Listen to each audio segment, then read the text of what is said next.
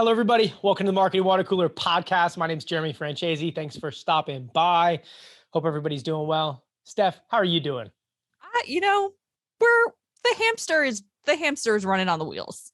We're on the wheel. For everybody just stopping by video, what's up? And audio folks, thanks for stopping by. We've had a little technical difficulty on this one. And both the Wi-Fi playing games with us, as well as just our own brains after a long day playing games with us. So third time's the charm, right? So hey, hope everybody's having an awesome day, evening, whenever you're tuning into this morning. What is it? What's the Truman Show? Morning, afternoon, what is it? I don't remember. I haven't seen the Truman Show since. If I don't see you, good morning, good afternoon, good evening, and good night. That one? There I think you go. that's it. There we go. But hey, hope everybody's doing well. We got a bunch in store for you. So Steph, what are we getting into on this one? Let's talk some more about making assumptions. Making assumptions. So we're going to take this one. We've talked about making assumptions and how it can impact marketing when it's on the customer side from a standpoint of how do they consume information? How are they buying things? And why do they value you? I think that was one that I definitely think resonated when we put out some stuff. I got some good feedback from people that are like, good point. And also people that were like, yeah, like this is why I love X, because I don't need external intervention to do it. Really, it was actually, one of our clients, but one of the comments that was left was like, that's why I love this, because when I do this other business I'm involved in or whatever, it's government funded, or the way it was structured, it was more research oriented. But it was like, people fund research sometimes because of a conclusion they want you to reach. Right. Sure. And so it's tough because it's like, what assumptions are we making? It's like, sometimes the whole thing's built on assumptions. Right. It's kind of like go prove this right.com. And so on this episode, look, we want to talk about how market research can sometimes be a little bit tough if you're doing it to go to imright.com.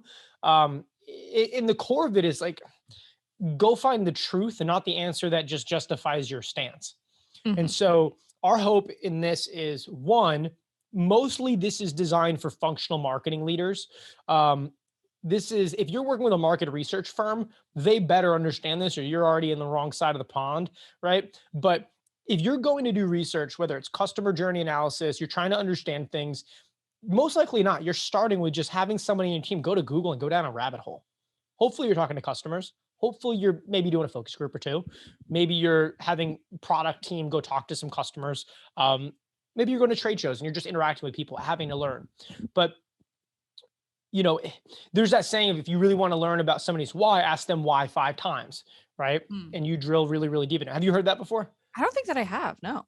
So it's like, I'll give you a really specific example. And it's like, people are like, I need to wake up early. How many people are like, say that I need to start my day earlier. So you say, why? I'm like, well, I just feel like I'm not getting, a good jump on my day. I need to wake up earlier because I always feel rushed, well, why do you not want to feel rushed? Like, why beyond that, why do you need to wake up earlier? And they're like, well, I always feel like I wake up and I immediately have to take care of the kids, and it's not even good time because I'm just trying to get them out the door because we're all running late. Okay. So why do you need to wake up earlier? And it's like, well, I want better time with my kid, right? Like, you just keep going down the line, and it's like, I need to wake up earlier because if I can take care of my morning, then I can spend time with my kids in the morning, not just shoo everybody out the door. Right. That was a really bad run through of it. But the punchline is like asking why 5 times to get to the real reason. Why do you want the job? Why I need somewhere to work? Well, why do you want to work in this? I love telling stories. Why do you love telling stories? My father was an English teacher. It was a way we connected because he always told me stories when I was younger, and I always resonated with those types of things that really captivate your attention. Well, why is it that captivated your attention? Well, I've always found the ability to do that. And then you're like, that's why you want this. When it comes to customers, right? And are you asking questions to get the job done, just to check the box, or to get the answer? Right. That's one piece of this. We're going to jump in a second and actually screen share a little bit and walk through some kind of, look, there's a lot of information online. And if you're going there just to quickly get the answer that confirms your thesis, you are going to have a lot of things, run into you where you're like, it's not the most sound information. And we talk a lot about getting to know your customers, learning about your customers, understanding about this and understanding your market and doing research. And our hope today is that the main takeaway, if anything else, is be more careful about the questions you ask, be more diligent about the follow-up questions you ask, and be more careful about the conclusions that you're reading and how they were reached. Okay. There's another episode that we're not going to cover because this isn't our topic to cover, but first principles, like Elon Musk talks a lot about it, but it's working from a physics standpoint up, but also from a standpoint of how many things are sourced online that are another source's source during a source of a source of a source, right? Right. And you're down a rabbit hole of like 19 things that are all referencing each other. And you're like, where did this data come from? Mm-hmm. So here's the punchline. If you're doing market research and you're learning and you're not talking directly to customers, and instead you are going down an online rabbit hole, go to the bottom of that search and do as much research as you can to know about the actual company, who's providing the data. And data is a representation of people most of the time. In this instance, who are the people? There was a study that we read and we were looking at because we were doing some data. I'm going to fix my monitor as I just kicked it by accident. Fix this. Everybody, hope you're enjoying this little visual roller coaster. All right, we're back. We were doing an infographic to talk through like the evolution of LinkedIn. And one of the things that came back was like, B brought a ton of good research. And I just kind of asked him like, where did this come from? The stat was something crazy. It was like 90% of people think that like LinkedIn is the most reliable for this or something like that. And I was kind of like, yeah, but like that's a crazy amount of people to say that this is the best of something. Right. I'm all in on LinkedIn. I love it. But 90% of any amount of people is a significant amount of people. Mm-hmm. You could interview a gazillion people and ask them if breathing is good, and you'll get 87% of them saying yes. Like 90% of anything is crazy. And so my point being, we looked at it, we brought up the article. The article was a marketer article of like, a marketing solution or whatever. We got to the bottom of the sources. The source was another marketer blog from like another digital agency. And then that agency was tagging another blog. And it ended up being a pool of 256 marketers that were asked about the best platform to market to business professionals. 91% of them said they think LinkedIn is the most reliable for content. It's like, yeah, like you asked 256 people that make money selling to B2B companies, like where, right. Of course. Yeah. Like it was just one of those things that like, and then they frame it like 91% of people say LinkedIn is the best platform for quality content. Right. Those are two very, very different data pools. You made a 200 person, AKA comedians sell out shows that have more people than this thing. And it could be like it was just one of those things that was like, this is such a small group. Mm-hmm. So here's who this episode is for. If you're a functional marketing leader and you're trying to substantiate strategy with data, get to the bottom of the study. Mm-hmm. Understand when that data was actually captured, who is inside of that data set, how many assumptions are you making based on the data you're capturing, and based on the assessment, what does it tell you? Because if you start making recommendations based on data that is, not to be rude, but easily proven to be not quality data, then it puts you in a very precarious situation as somebody that can be trusted to make very important decisions. Right? Because you got to stress test it. Right. You got to understand it. The same thing goes for when you're talking to customers. Hey, John, thanks for taking the call. I got to be honest. How'd you think about us? How'd you find us? Well, I found you guys online. Oh, cool. Sounds good. Let's jump into the meeting. What corner of online? Online, right. Huge. That's like saying, a buddy of mine shared a needle in a haystack. Found you guys online. Cool. All right, yeah, let's jump into the demo. Missed. Huge missed opportunity, right? Where online? Well, I don't even remember. It's okay. We have busy days. If you had to remember, where was it? Right? Try, have some fun with it, right? I think my buddy of mine shared it in, actually, somebody texted me a podcast link of you guys, and that was the first time. Did you listen to the podcast? Honestly, I saw the text. I never even looked at it. What happened next? I think I saw something in a Slack channel. You think? Do you remember what it was? I think somebody shared a video. Like, dig, figure it out, right? Because if you can get to the bottom of that, then you're building strategy on great information. Not, well, he said he found us online, so let's spend $120,000 on SEO.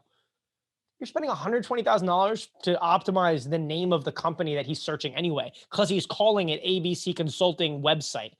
And he like, you know what I mean? It was just one of those things that get to the bottom of it and ask great questions. Let's dig in. I want to screen share a little bit. We haven't done a lot about this, but as we prep for season 2 and we start to do more things, one of the things we're prioritizing is how to go deeper in this, right? So we're kind of looking at different ideas like a water break, which you'll see us integrate a little bit, where we bring on kind of an expert that maybe responded to a poll, maybe had a different perspective, want to add it in as a little buffer. So we're going to start to try different things, not necessarily in this season, so to speak, where you'll see it through November of 2021, but our hope is to build more value into it. One of the ways we see that we can do that is by screen sharing, talking through our process a bit more, where you're able to get something a little more actionable than, hey, be better at market research, right? And so I'm gonna screen share for a minute. Steph, keep me honest as it follows my screen and see what's going on. Make sure we're good. Let's do this. I'm gonna frame it up. So pulled up a couple things that we were looking at, because there's how many websites you go to and they're like 100 stats for you to know about this thing.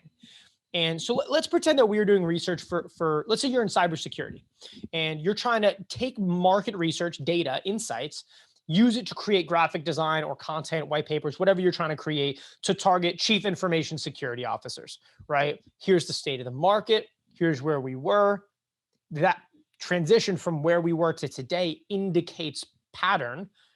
And that's where our company adds value, is because that pattern is continued. And here's what value we can provide. So you may be looking at finding stats. 82% of people do this, 62% of this. The average breach creates an X value of damages for that company, right? Let's look at this, okay? And for the company that we're sharing their blog, we love you, Mazel Tov, but let's see what we got. Okay, Steph, can you see the screen? Sure can. Okay, so everybody knows Norton, okay? All love. Everybody, we don't use them. I literally just Googled cybersecurity stuff. But look, this is a very common blog, right? When we not so much Norton, but this type of a dynamic, right? Where you see emerging threats, something that feels recent, right? A big stack of like, these are the stats and trends that you need to monitor and know, right? And then you look at, okay, the first thing I'm looking at, right? The first thing I look at is, if I don't know who the company is, I go look at the company and I think, okay, who is this provider? How do they make their money, right? Why are they putting out this information? You go down the rabbit hole to figure out, are they trustworthy, right? We're not going to do that here, right? But you got to figure out who they're putting it out, like why they're putting this information out, right?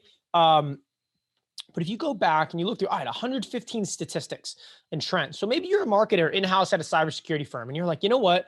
We want to educate the market. Jeremy's saying educate. Steph's saying educate. Let's get data to educate, right?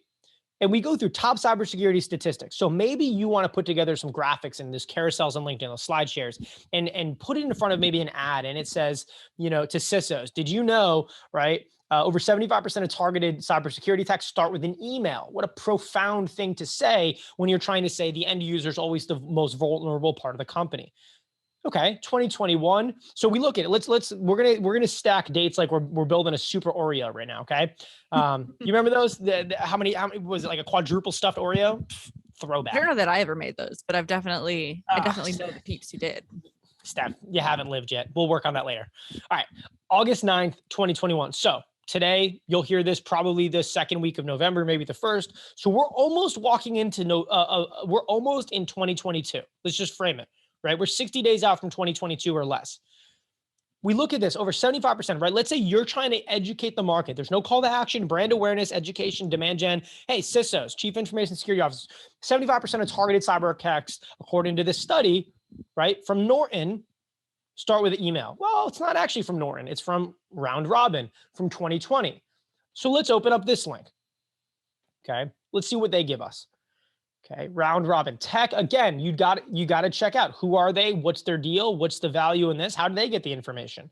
Right? Over 75% of cyber attacks start with an email. There's no source here. Right? Between 75 and 90% of targeted cyber attacks. Okay, so now they're giving you a range of 75 to 90%. even more of a range. So like, but what I'm getting at is there's nowhere in this, as we skim through it, that tells you where this information came from. They are really trying to sell you a thing, though. Right. So we go through this between 75%. There's no reference of a study. There's no reference of a data set. There's no reference of anything. We just have to assume round robin tech services is giving us valuable insights and data, but we have no idea where this information came from. I'm Mhm. kind of skimming through this, right? There aren't enough pictures for my taste, so I'm reading a little slow, right? But we go through this, and I mean, look, if I'm missing something, let me know. But my point is documents. Okay, what's this document? Yeah. Okay, so I need to request something perhaps, but I again I don't even know. Is that telling me where the information came from? So let's put this out there. Is there a date? There's no date for this even. Yeah. So we have so like actually I wonder if we can. The only links on here are to the product that they're trying to sell you. So, right. Yeah, I'm not going to get in the weeds. Point being, we go to this website to find data that we can use to substantiate a potential positioning for your marketing and your vision. We then use that data, but it's sourced by somebody else. This is a 2020 stamp of recognition from a standpoint of when was the data found or when was this article published. So we're walking into 2022, less than 60 days out. This is a source that we have no idea where that number came from. Mm-hmm. Zero. Absolutely none. Because they just put it up as a blog post and maybe it's fine. Maybe it's accurate. And I'm not here to be the devil's advocate. And I'm not here to say they're wrong. Please understand that. Viewers, Sure. listeners, we love y'all. I'm trying to give you perspective when you look at information is to figure out, can we trust it or not? Mm-hmm. Right? Because when we are in the world of today where information is democratized, you have to be able to analyze and present trustworthy information to these buyers, especially when you are marketing to very educated buyers. CISOs that have 20 years experience in cybersecurity will know if you just grabbed a crappy blog online and took some data and made a graphic with it, because they'll understand 90% of something, there's no source, there's no data. I don't even know where that number came from. Mm-hmm. Right. Scroll back down to the bottom real quick. I think I got a little. All right, let's see. What does this say? Link protection and typo squatting protection that automatically rewrites URLs. Is that / emails? Where Because are you? there's something under inbound filtering. Just the way it's written makes me question how valid this is. Right. And so look, we don't want to trash round robin, right? Like, Sure. But not that you were, but I'm more just saying, like, there's no data from a standpoint of where is that set? Where did the 75% come from? Hell, where did the 90% come from? Where did any of this information come from? How do we know it's relevant? When was this blog posted? So let's pretend that that's the only one. Let's keep moving. 2020, the FBI received 15,000 internet crime complaints related to tech support from victims in all these other countries, right? Okay. 2020, I assume this will be more accurate, right? It's a PDF. Okay. Good. So this is a little more interesting, right? 2020. Internet crime report. Going through. Okay. Real formal. This is something that, and again, I'm just looking at this for the first time, but like this is much more trustworthy already. Not that somebody can't just put together something, but okay, so let's skip this. That's solid. That's good, right?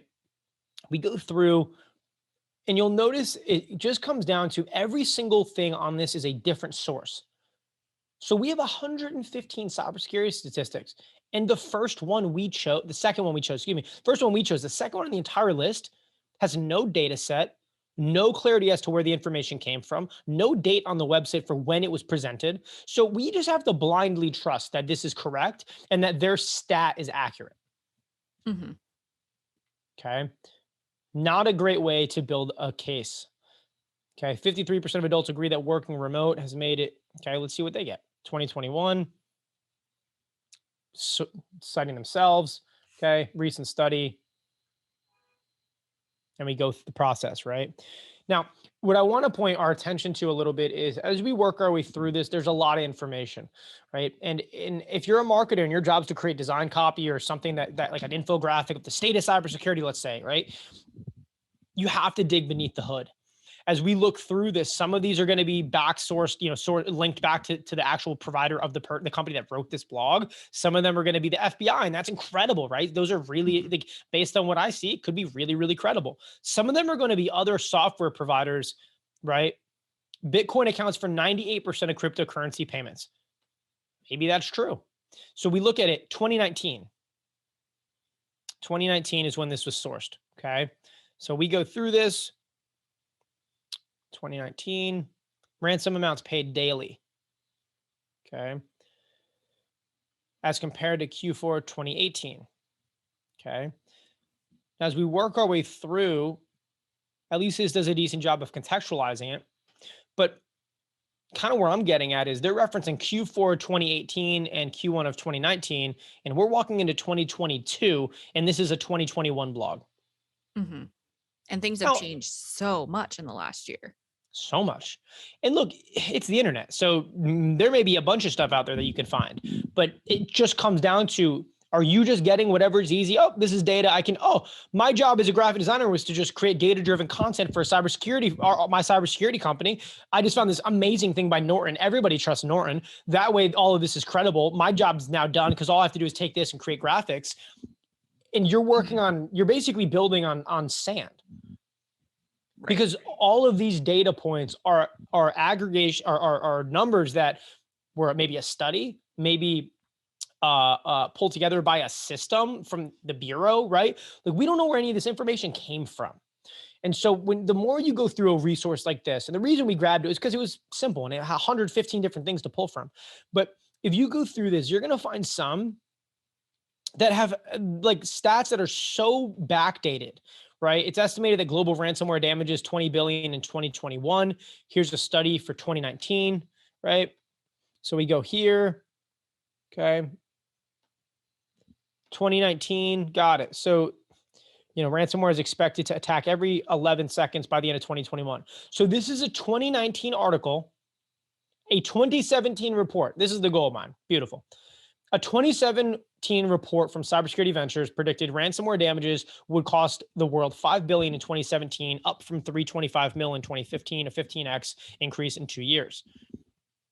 This 2019 article is sourcing things from 2017, referencing things from 2015. All of that's fine. But we're using all of this information to justify data in a 2021 article. Okay, which one was it? Was it this one? Yeah. It's estimated that the global ransomware. So this is being presented, and I guess that some of you are going to watch this and be like, Jeremy, you're beating a dead horse. Like, we get it. This is presented as things you need to know in 2021. Mm-hmm. Inside of what you need to know this year, which is almost over, the source is referencing something that was made 2 years ago, and in that thing was referencing 2-3-year-old studies. Like, that has to be taken into account. And so we're not going to go super into the weeds. This was in the weeds enough for now. My point is, and what we're trying to communicate to you is, marketing is always about resonating with somebody. And if your marketing is scratching the surface of information and trying to educate your market and do what you're doing, but you're using information that's not sound data, it makes all of what you're doing faulty. Mm-hmm. Not because you have bad intent, because your data is bad, because the conclusions you're driving are not trustworthy. 91% of cyber attacks begin with spear phishing. Okay, so this is perfect. Beautiful. Couldn't have gone full circle even better. The first thing we grabbed said 75% of all cyber attacks start with a a phishing email. 91% of cyber attacks. So we're now going to the same thing. So one says 75. This one now says 91. Okay. Let's see. And some 91% of cyber attacks begin with spear phishing. Email. Yada, yada, yada. Is this a study? What am I looking at? No, it's just education. Yeah. Right. So right there, the perfect scenario. In the same article, Over 75%. And look, we're not saying it's wrong because one says 91 and this one says over 75. So cheers, right? They're covering themselves. My point is over 75% are targeted with email, no source, no background on where the data came from, no link on when the blog even was put up. This other one is saying 91%, which is definitely over 75. I'm good at math, right? But again, no idea where the data came from, no clue what's happening. According to Microtrend report, 94% of targeted emails use malicious file attachments. Okay, blah, blah, blah, blah, blah. There is a link to the full article though. Here's the full article. Let's see what we can get here. Computer World. It's not even the article. It's just Computer World. Okay. So even better. Link to full article, boom, main page of a website. Right. So you can already see how I'm trying to get to the bottom of an actual answer. And every article is done before they show you where that data came from, which means all of it is just being thrown around. And it may be entirely correct. Here's a better way to frame up your marketing. I'm going to cut the screen share and we're going to get direct. If you were to look at this and you're on the research side of your organization or you're on the design side and you're looking at this and saying, okay, Jeremy, I get it. You're saying all these articles may or may not be trustworthy. How do I get to the sound of it? Go talk to your customers. Hey, CISO, we're finding data that shows anywhere from a 75% of emails are cyber attacks start with email up to 90%. In your career, can you give us insight into X?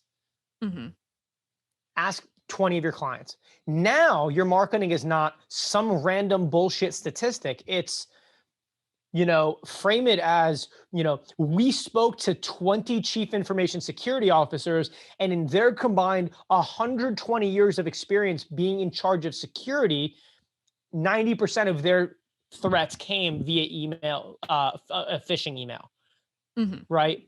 And I'm kind of going off the cuff, but my point being if you can't build a data set that you like, because it's not we still didn't get to the bottom of that data set. And in the same article, it was referenced 2 times, both having content, both having links that went nowhere.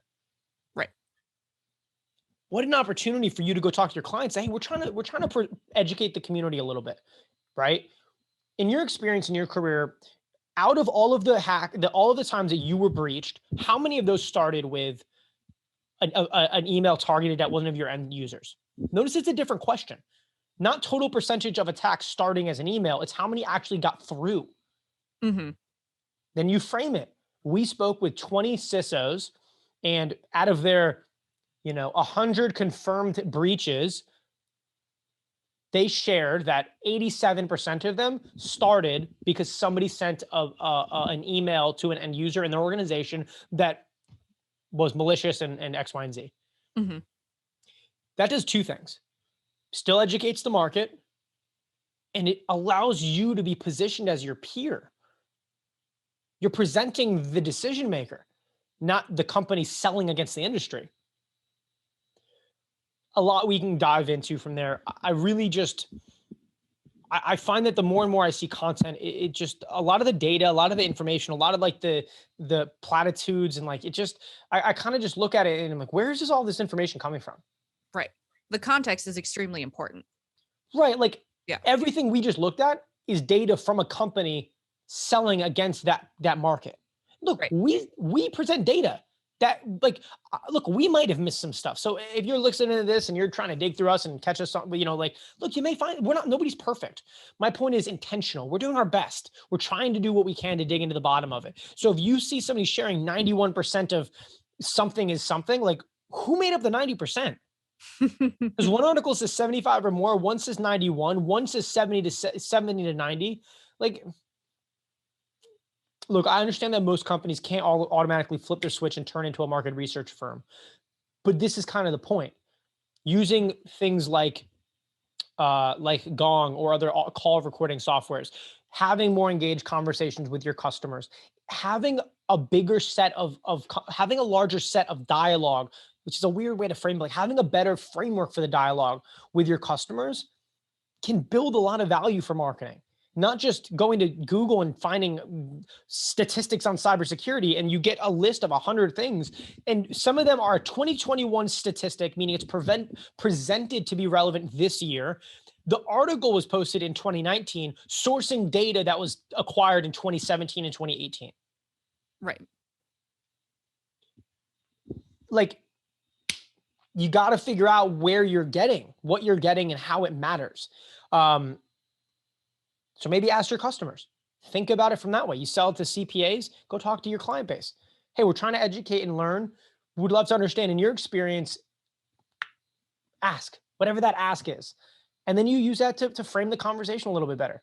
Or maybe you start a podcast. Hey, we talked to 25 CPAs. We want to share on this episode the 3 biggest things that they shared with us. Mm-hmm.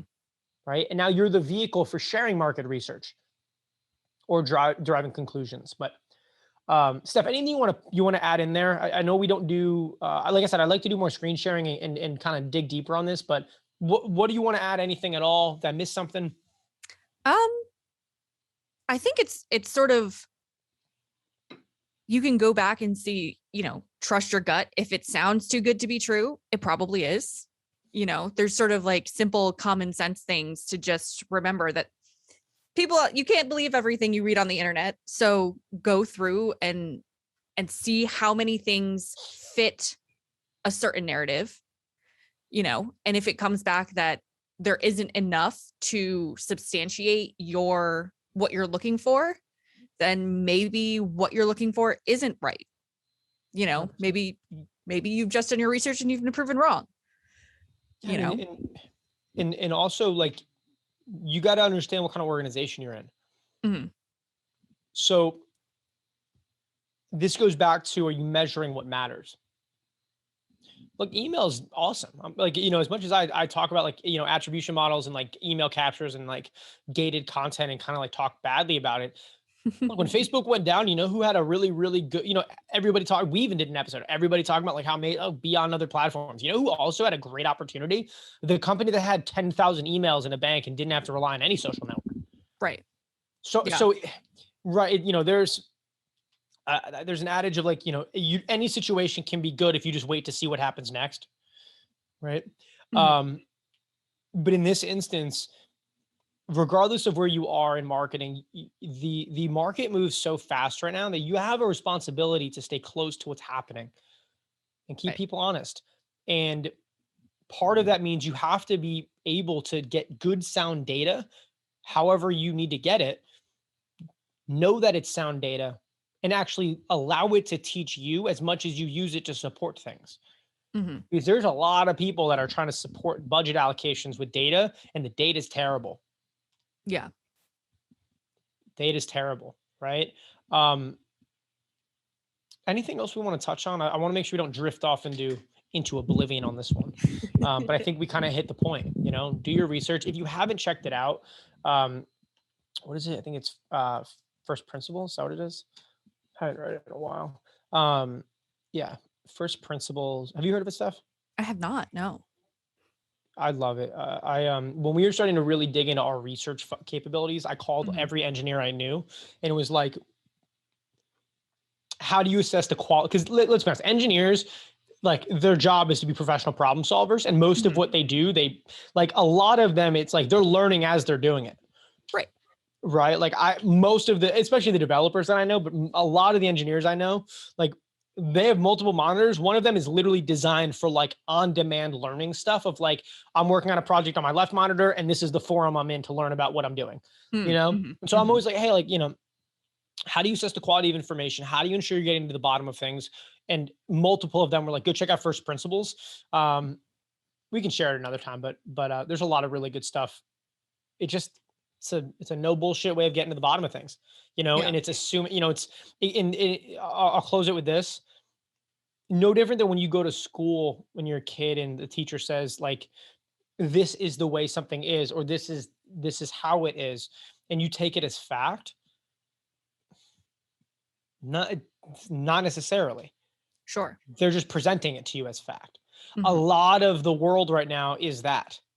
Presenting opinion as fact, or presenting perspective as fact. That's a big reason on this show where my hope is we present things as a single perspective in a market of opportunities, in a market of perspectives. Like there's a million ways to win in marketing. We're going to share with you what works on our side and how we see things and try to shape it from a very unbiased perspective the best we can. Obviously, we have skin in the game. We're trying to grow a company, but we're trying to do the best we can to give things in a way that's actionable and insightful. But it also gives you a fair assessment of, if I account for this, I know it's in good taste and it's authentic, but let me weigh the other options and make sure I can come out whole. Mm-hmm. In this instance, we talked through, like, Elon Musk had a perfect example of it. They said building rockets, building batteries is too expensive. It can't be done. It was going to cost like several $1 billion to build a rocket. So he approached it from a first principle standpoint. Okay, well, and if I'm butchering this, don't butcher me in the comments, because but it came down to, like, the statement was, this is too expensive to make. And everybody said it's not possible because it's too expensive. And he just looked at it and said, well, what are the raw materials to make that thing that you're saying is too expensive? Mm-hmm. Cobalt costs that, copper costs that. From like they trade on the market, like on commodities. Like, what do those materials cost? And he just looked at it from that perspective of, I don't have to buy the finished product. That's what's making it expensive. If I build it myself, then I can do it for 20% of the cost. That's what created everything he's done. Sure. He just looked at it from a logical standpoint of, I don't need to buy the finished product. I can just get the raw materials. So from a data standpoint, figure out where the raw materials are coming from. Mm-hmm.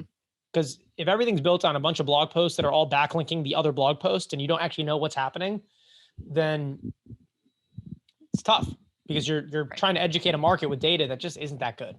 So, right. All right, I think we got to the bottom of that one. There's probably more to be happening. I want to interview somebody about this at some point. So if you're listening I feel like to this, we could talk to a bunch of people about this.